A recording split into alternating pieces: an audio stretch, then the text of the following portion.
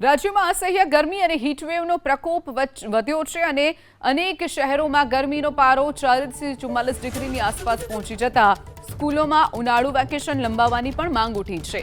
શાળામાં સંચાલકો મહામંડળે સરકારમાં રજૂઆત કરી અને ઉનાળુ વેકેશન વધુ 10 દિવસ લંબાવવા માટે અપીલ કરી છે। ગુજરાત શિક્ષણ બોર્ડ અને પ્રાથમિક શિક્ષણ વિભાગના એકેડેમિક કેલેન્ડર મુજબ ધોરણ 1 થી 8ની અને 9 થી 12ની સ્કૂલોમાં 7મી જૂન સુધી ઉનાળુ વેકેશન છે અને 8મી જૂનથી શિક્ષણ વિભાગ બોર્ડ હેઠળની સરકારી ગ્રાન્ટેડ અને ખાનગી શાળાઓમાં તમામ સ્કૂલોમાં 90 લાખથી પણ વધુ બાળકો માટે નવું શૈક્ષણિક સત્ર શરૂ થઈ રહ્યું છે। બપોરના સમયે ખૂબ જ આકરો તાપ અને ગરમી હોઈ શકે છે અને બપોરની પાળીમાં ચાલતી સ્કૂલોમાં જતા બાળકો તેમજ વાલીઓ હેરાન થાય તેમ છે, જેથી ઉનાળુ વેકેશન લંબાવવા માટેની રજૂઆત કરવામાં આવી છે।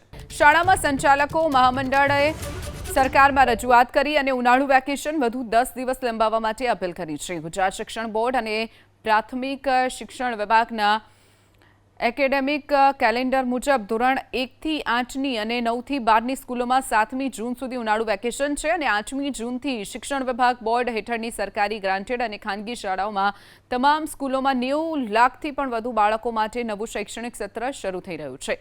બપોરના સમયે ખૂબ જ આકરો તાપ અને ગરમી હોઈ શકે છે અને બપોરની પાળીમાં ચાલતી સ્કૂલોમાં જતા બાળકો તેમજ વાલીઓ હેરાન થાય તેમ છે, જેથી ઉનાળુ વેકેશન લંબાવવા માટેની રજૂઆત કરવામાં આવી છે।